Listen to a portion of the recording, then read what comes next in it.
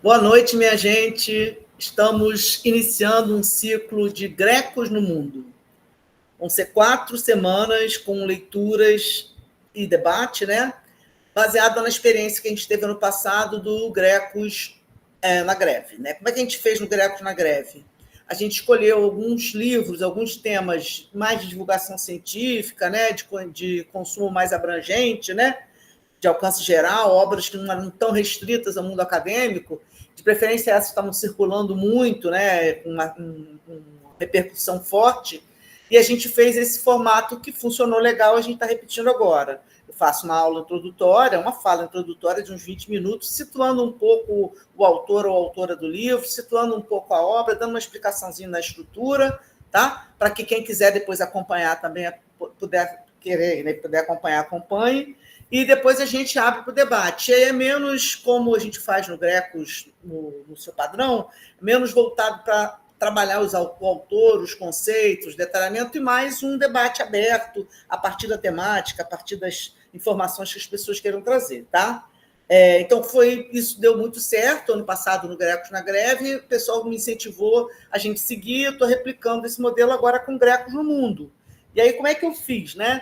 Eu meio escutei algumas sugestões e dei uma... Como é que eu fiz a curadoria para escolher esses textos? Meio fuxiquei as listas de mais vendidos, né? Best-sellers, New York Times, Brasil na Veja, na Amazon, dei uma fuscadinha, tá? E aí cheguei a 4 livros agora que eu achei... Eu pensei 10 livros, aí cheguei a 4 livros para esse ciclo de 2025, tá? E o primeiro é da Anna Lembke, que a gente vai ler e discutir hoje, Nação Dopamina, né, que está 2 anos na lista dos mais vendidos. Né? O segundo, que vai ser na semana que vem, do Yuval Noah Harari, Nexus, tá? Onde ele vai trabalhar a questão das democracias, dos totalitarismos. É um autor das séries, são vários, ele está há anos dentro dessas listas, com vários livros. Quando apresentar, eu vou trazer isso semana que vem. O Nação Dopamina foi publicado originalmente em 2022, aqui no Brasil. O livro do Yuval, Nexus, 2024, tá? O terceiro livro desse nosso ciclo vai ser da Clarice Píncola Estes, Mulheres que Correm com os Lobos, que é um livro de 99, não é nem recente, mas que nos últimos anos está na lista dos mais vendidos. Então, é um livro que tem um alcance forte, uma repercussão forte, e muito citado em trabalhos, principalmente de alunas minhas de TCC. Então, é um livro que eu achei importante a gente ler, até pelo alcance dele, e como ele chega para mim, muitas vezes eu nunca li, eu botei também como uma maneira de suprir essa lacuna. E, por fim, nesse ciclo, o Krenak, né, Futuro Ancestral, com o livro de 2022, pela diversidade, né, também é um best-seller, também foi um dos livros mais vendidos ano passado aqui no Brasil, e também pela preocupação temática, né, pensar a questão da ancestralidade, também do futuro, né, tudo que está acontecendo em termos de colonialidade da natureza. Então, assim, acho que tem pontos importantes para a gente pensar o bem viver, enfim, tá? Então, eu escolhi esses livros dentro dessa temática: sociedade, cultura, política, livros que têm um alcance maior, uma abrangência maior, mas que estão em torno, né, dessas temáticas, tá? Isso que orientou, tá? Então, para começar, a gente vai... eu queria dizer que o Nação Dopamina, que é o primeiro, foi uma indicação da Mônica, minha amiga, está aqui, minha amiga de 40 anos, doutora em teologia, professora da PUC, que comentou comigo, falou: cara, estou lendo um livro interessante, já começou comentando por causa do vício que a própria autora tem em literatura barata, né? A gente vai comentar aqui. Ela falou: cara, estou lendo um livro que você ia gostar, portanto, interessante. Ela falou um negócio desse vício, achei tão interessante, até porque eu vou dar literatura popular na graduação agora. Falei: que legal. E aí eu fui ver, era super, né, vendido, super comentado, e então queria agradecer a ela pela indicação, tá? Que está aqui. Deixa eu botar a Mariana aqui. Então, a Nação Dopamina é um livro que ela escreveu depois da pandemia, tá? Ela é uma autora norte-americana, que tem a minha idade, inclusive, tá? E o título do livro é, em português, né? Não sei como ele ficava em inglês, mas Nação Dopamina: por que o excesso de prazer está nos deixando infelizes e o que podemos fazer para mudar? Eu quis botar o título porque eu quero comentar isso depois adiante, tá? Então, eu vou primeiro falar um pouco da autora para a gente situar. Ela tem 57 anos, nasceu nos Estados Unidos, é de Escorpião, sempre bom lembrar. Ela é formada em psiquiatria, se formou na Universidade Yale em 95, depois fez pós-doutorado em Stanford, onde ela está localizada hoje. Ela atua na área de medicina da dependência química, né? É chefe do setor de diagnóstico médico, né? De adicção, de vício, né? Na Universidade de Stanford. E é especialista, ela acabou se especializando na questão dos opioides, né? Da epidemia dos opioides nos Estados Unidos. E é isso o tema do seu livro anterior, A Nação Dopamina, que lá nos Estados Unidos chamou Drug Dealer, né? E que aqui acabou se chamando Nação Tarja Preta, óbvio, né? Porque aqui foi lançado depois do segundo, e como Nação Dopamina deu certo, já botaram na Nação Tarja Preta, tá? E repara que também tem um desdobramento de pergunta lá, né? Nesse livro, tá? Que é qual a participação dos médicos disso, certo? Com a participação do consumidor e com a participação da indústria farmacêutica, tá?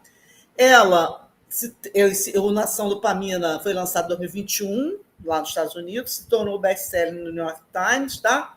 Foi traduzido em mais de 30 países, mais de 30 línguas, foi vendido para inúmeros países, tá?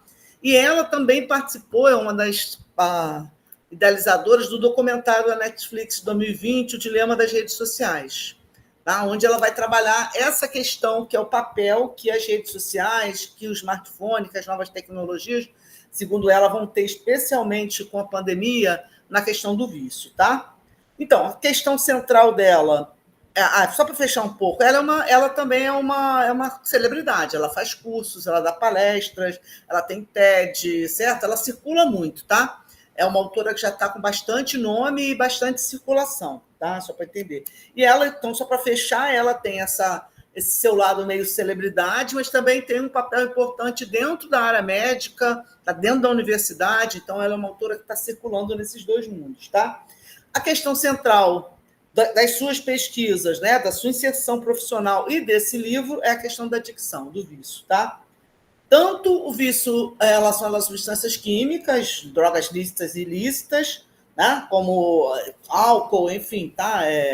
Cocaína, anfetamina, seja o que for, os opioides, mas também a questão dos vícios em tecnologias, em comportamentos, né, ligados ao uso dos smartphones, consumo de rede social, a questão do consumo mesmo, institucional, as comprinhas, né, você está sempre ligado nisso, a questão do sexo, seja o sexo como pornografia ou o sexo associado, né, a uma série de questões que vão fazer você consumir mais ou menos, né, outras coisas em substituição, a questão da comida, enfim, ela tem vários caminhos aí, tá?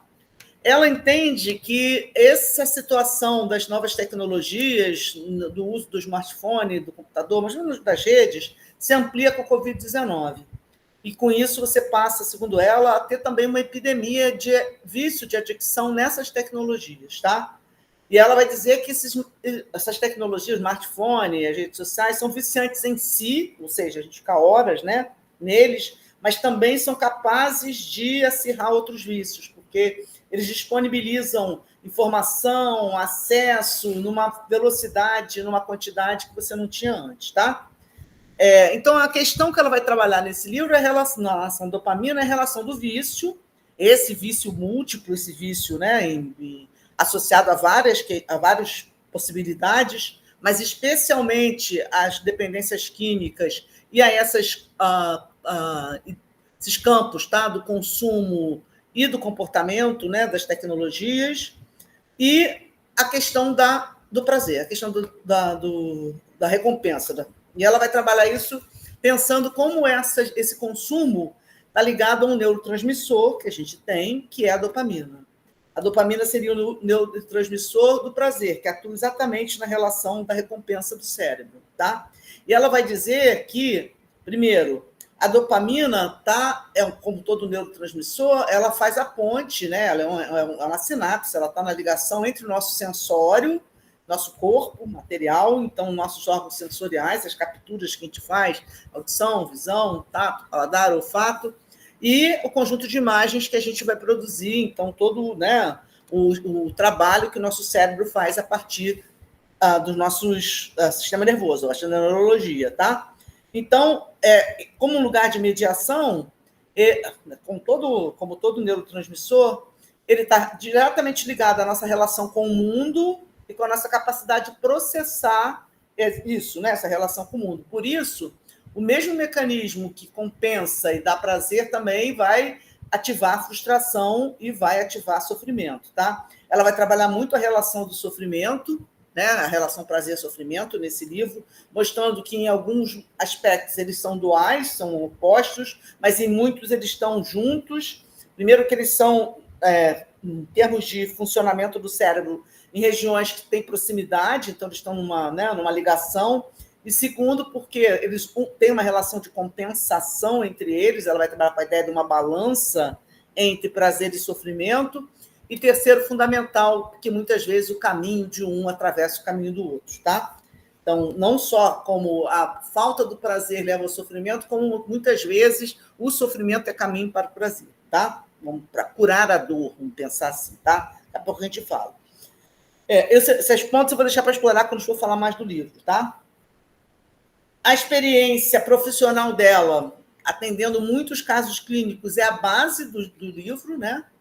Desse livro especialmente, que foi o que a gente leu. Então, ela usa a experiência, os casos clínicos, para dar exemplo e pensar, né? Cada capítulo tem um caso clínico, mas também ela usa a experiência pessoal dela em vários aspectos, especialmente essa dicção por literatura, né? Que ela chama de, primeiro, uma literatura mais vulgar, né?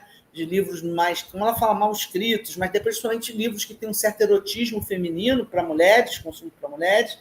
Ela usa muitos dados empíricos, ela traz dados factuais, ela traz estatísticas, ela traz muitos estudos médicos, né, principalmente sobre essa área, traz notícias e traz com apoio dos teóricos também. Então, é um livro, nesse sentido, embora não seja um livro pesado em termos conceituais, em termos teóricos, é um livro que faz esse jogo, tá?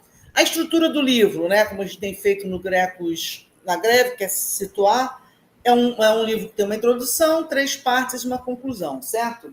A introdução é quando ela coloca o problema, que foi onde eu sugeri que a gente lesse. A parte 1, também sugeri que a gente lesse uma parte. É a busca do prazer, onde ela vai localizar essa questão, tá? Tem 3 capítulos. Capítulo 1, nossas máquinas masturbatórias, porque ela vai dar o exemplo de um caso de um sujeito que era viciado em questão de sexo e constrói sua própria máquina masturbatória, e a dependência que ele tem dessa máquina, e aí ela vai fazer associação com cada um de nós, né, nesse mundo contemporâneo, construindo, nem que seja em termos de imaginário, nossas máquinas masturbatórias, tá? O capítulo 2, fugindo do sofrimento, porque ela vai dizer que o que move, né, muitas vezes, a nossa busca pelo prazer é uma dificuldade contemporânea, do sujeito contemporâneo de lidar com o sofrimento. Há um aumento, ela vai mostrar, né, das depressões, da ansiedade, das dores, né, dos diversos tipos de síndrome corporais em torno de dores físicas, né? Enfim, ela vai trabalhar muito fortemente. E o capítulo 3, em que ela vai tentar pensar exatamente como neurologicamente se equilibra a busca do equilíbrio do prazer e sofrimento, como é que isso funciona em termos, né, dos neurotransmissores, tá? No capítulo 2, ela começa a pensar porque ela tem um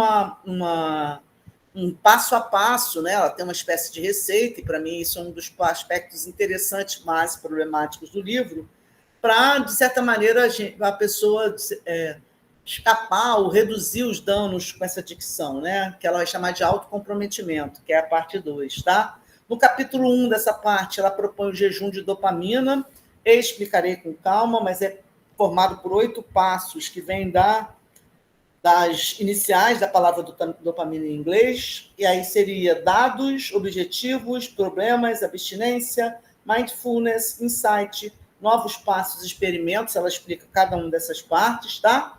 Essa é um capítulo central, na hora que a gente for debater, pretendo explorar mais, a gente não sugeri que vocês lessem, mas depois que eu li, vi que é um capítulo importante de ler.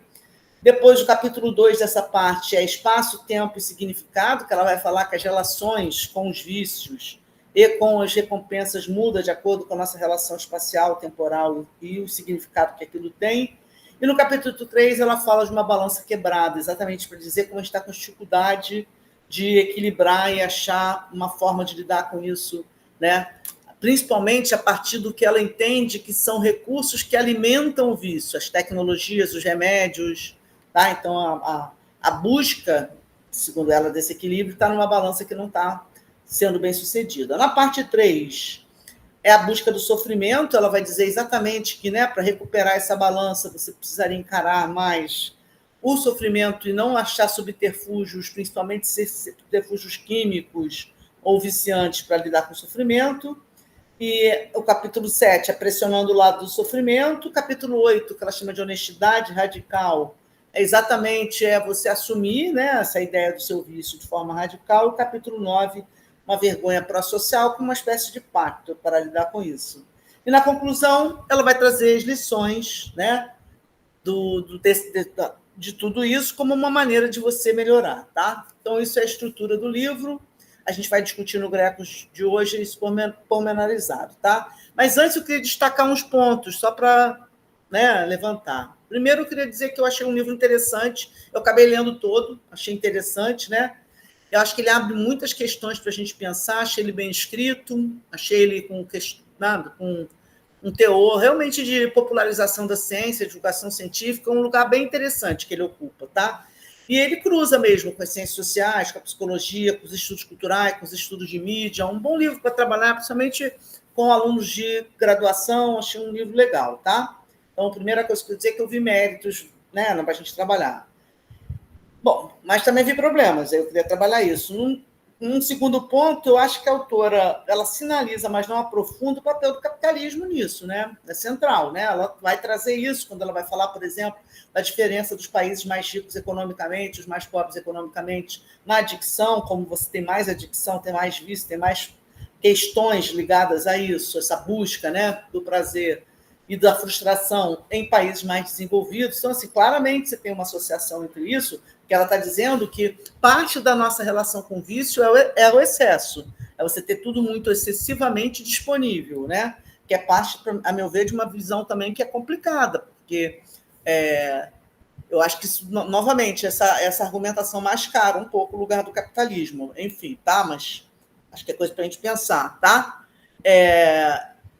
Por exemplo, mas eu acho que isso é um ponto muito importante para ser só tangenciado, sabe?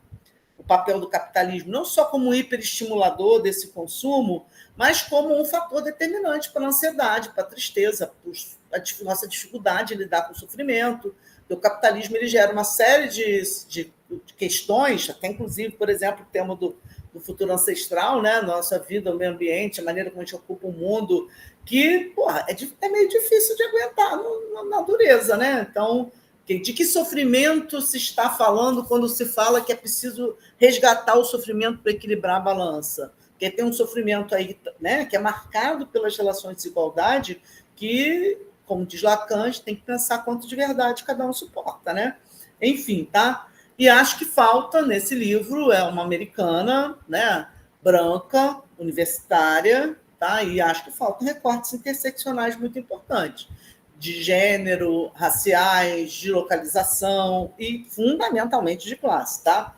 Então, acho que o livro, de certa maneira, tende a universalizar, a tratar como coisa muito geral, né?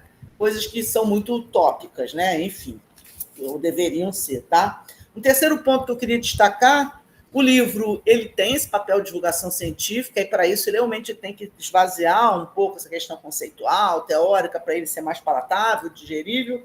Mas, às vezes, o tom genérico, esse é o risco de todo tom genérico, cria umas informações meio ambíguas, meio dúbias, tá? Meio truncadas, simplifica algumas coisas. Eu vou dar alguns exemplos quando a gente for trabalhar o livro, mas, assim, tem horas que eu li e falava, meu Deus, tá tão esquisito aqui, isso aqui vai... Depois ela dava uma outra explicação e aí isso dava uma outra costura, mas o texto, quando ele vem puro, assim, ele vem, às vezes, de maneira meio imprecisa. Então, isso é uma coisa que eu queria chamar a atenção, porque isso é sempre um problema, tá? E sem julgamento moral, só marcando, ele é um livro que tem um tom de aconselhamento, tem um tom de autoajuda, né? Principalmente na parte final do livro, ele é um livro que está voltado para diagnóstico e uma recomendação de cura, né? Então, isso também a gente não pode perder de vista que ele tem essa funcionalidade e isso também cria problemas diversos, tá? Inclusive de ordem ética para a gente pensar, tá? Só para finalizar e em tom sintético, o que eu acho que esse livro traz para a gente discutir? Primeiro, eu acho que ele traz um bom mapeamento da situação do consumo, da questão dos opioides, da questão, né, da dopamina, da busca do prazer, da relação com o sofrimento, do aumento da ansiedade, né, do aumento da frustração. Acho que ele é um bom mapeamento mesmo, um livro, né, para situar a gente no mundo, já que é o Grecos no Mundo, um bom livro. Eu achei um livro bem legal de situar a gente no mundo. Destaco a relação que ela estabelece no livro com o consumo, com o sofrimento, com a produção do capital, com as novas tecnologias de comunicação e informação, pontos altos, sabe? Acho que ela traz umas luzes, assim, uns pontinhos muito bons para a gente falar, pô, o que será? Vamos discutir isso aqui? Então, acho que é um livro que tem focos interessantes para a gente iluminar, tá? Então, eu acho que é um livro, para finalizar, interessante, agradeço a indicação da Mônica, instigante, um bom livro para a gente iniciar o Grecos no Mundo, que a gente vai começar exatamente agora, tá? Então, é isso. Bem-vindas, bem-vindos, bem-vindes. Quem puder hoje aqui já debater, ótimo. Quem ouvir essa aula introdutória também, ótimo. E semana que vem a gente já tem nosso segundo texto, tá? Então, é isso aí.